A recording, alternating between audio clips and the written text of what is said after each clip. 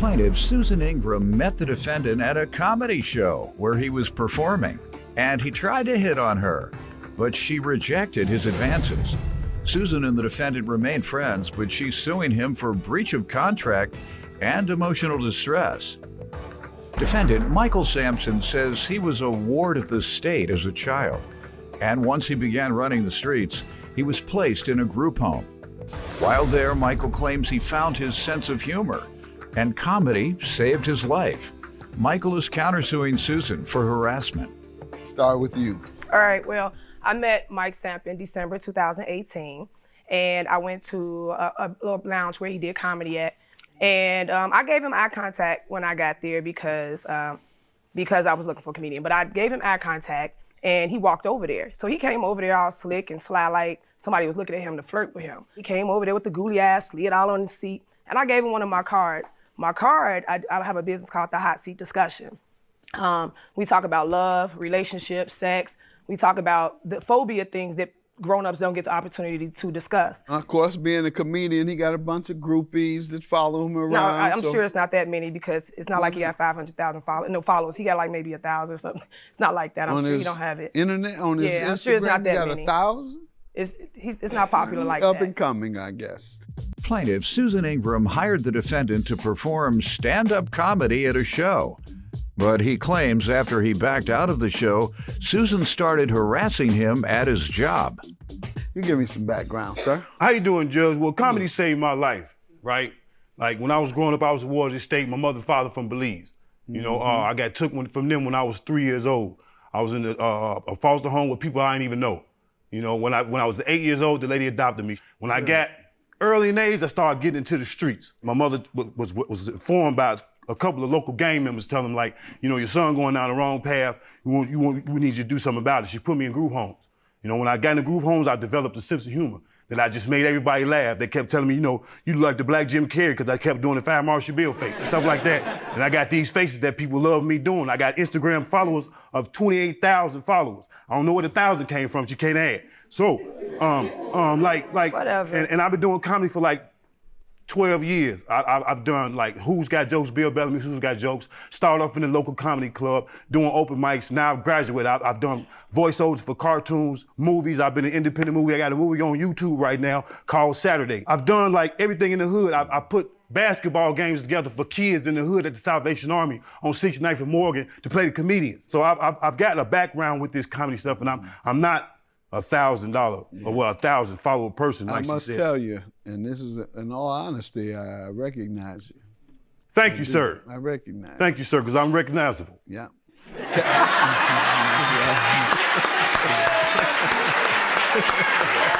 don't like that. She don't like that. She don't like that. She don't like that because she thought she knew. No, I don't like the fact of how you I do got things. one of our fellow entertainers here today, Casper from the Casper I know Slide. about He was Casper. shaking his head, saying that he recognized you as well. Casper, you recognize the brother? Yeah. Folks in the industry, we kind of recognize each other. I Yes, thought I sir. saw you with D-Ray, as a matter Yes, you of have. fact. You have. And, because they all embrace me. All the comedians embrace me because they think I'm one of them. Yeah. I'm like, man, no, I am a lawyer. I was a lawyer and a judge. Now, it took me about 12 years for that process of education and hard work. But it takes hard work to develop and create Especially comedy while as well. So no disrespect. And I assume you have a strong standing today over this $275, but we'll see. Let me hear from you. How does he owe you? Okay, he bridged the contract. We decided to meet up on January 5th. He signed the contract in. I let him know about the cancellation. You know, You have the contract? Yes, sir. What do you mean the cancellation? You had a cancellation clause in the contract? And so that was for the remainder. What does it indicate, the cancellation clause? The cancellation is help me out. before January 20th that he would have to cancel and my deposit has to be returned in full. After the 20th, it would be considered you have to pay the full amount. So after the 20th, I'm steady communicating with him. I got flyers, I did pluggers, I did all type of stuff, trying to pump and promote this. Let me see what you have. Yes, sir. I also have phone records. So my event is February 14th. I contact him on the 13th and to find out what music he wanted behind. Well, you coming very close to copyright infringement. You got some folks on here portrayed that look just like highly successful comedians. You had this cat look like J.B. Smooth. Then you have comedian Roy. He looks like, what's my man from the Breakfast Club? Charlemagne the God. Then you have another radio personality here named Niecy. Yeah. She looks like Niecy Nash. Better get used to courtrooms. You keep using these folks coming too close to their name and likeness. Plaintiff Susan Ingram hired the defendant to perform stand-up comedy at a show. But he claims after he backed out of the show, Susan started harassing him at his job. All right. Sir, what do you say to this? When she called me, because she called me, she asked me to do it. She wanted to do a show around February 14th, Valentine's Day. That day, I'm always booked. I wasn't booked this time. So I told her I'd do the show for her. But when she asked me what my price was, I told her, she said, she ain't got that. And I looked at the flyer and I said, well, my best friend is on this flyer, comedian Roy.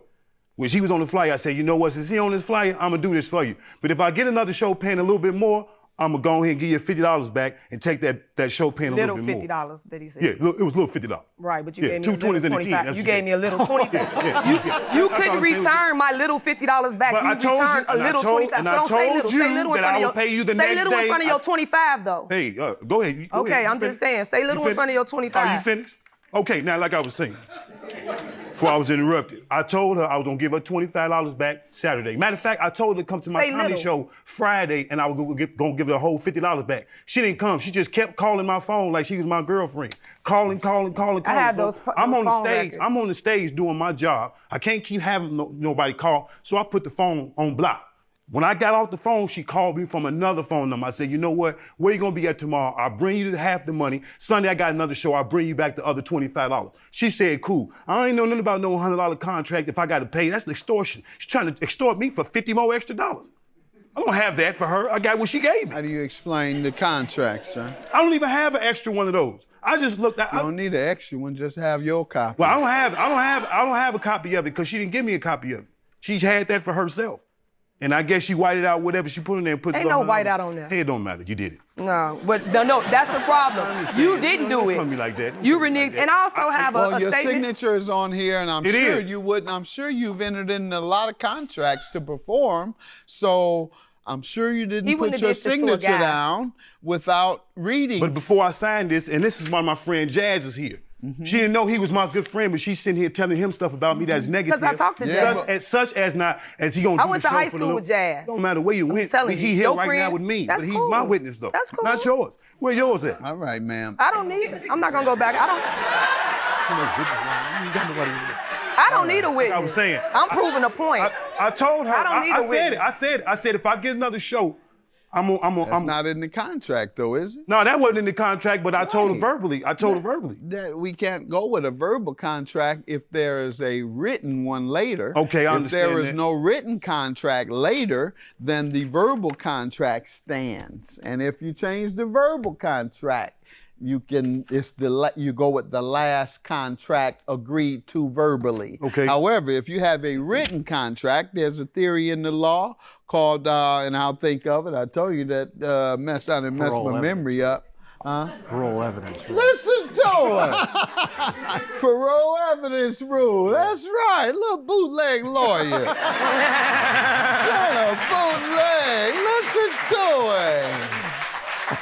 And the parole evidence rule is that if you have a contract in writing, it can only be changed in writing. You can't change it verbally. What's your emotional distress? Because you want more than the 100. Yeah. What's your emotional distress? Okay, so okay, first of all, when I was sitting up here trying to get the stuff together with him, I'm calling, I'm sending emails, I'm promoting him, I'm pumping this event, I'm doing radio little radio packages. I'm going to the studio to do all this, pick out his different videos for him. I'm working. I'm pumping him. So the only thing I'm asking him to do is just put consideration in for me. I rarely grant emotional distress for people who have a dispute because typically they should expect some type of, or know that there's a chance that there's some type of dispute or things happen naturally. He go to phone records, sir. And frequently in that area, I talked to him and very damaging to her reputation.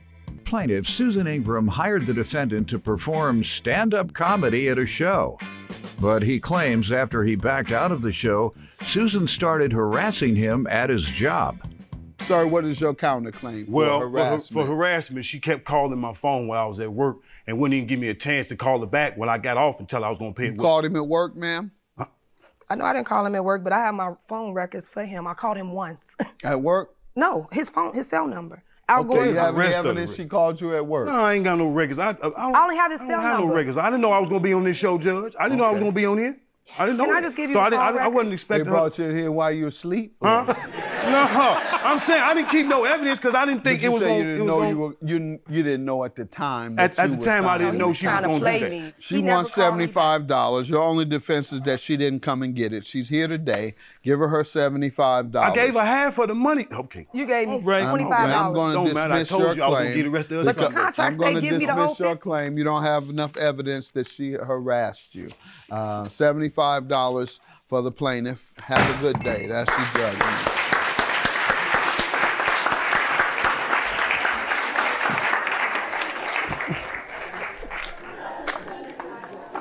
$75. It's the principle. If you came up there, you got 75. It's the principle. It's the principle. You could have got. Come on, ain't no principle. If you got money, if you've been in the business, I was supposed to be at the comedy show right now. Somebody been in business that long, give them their money back. I wouldn't advise nobody to do business with him. That you could advise nobody. That. I wouldn't advise I'm just nobody. Funny. You just don't know how to do it business. It don't matter. $50, get the money back. Just know how to do a show next time and then get some. Pay back what you get some more money. Listen, that's why somebody had to contact you on Facebook to say give me my money. All right, ma'am.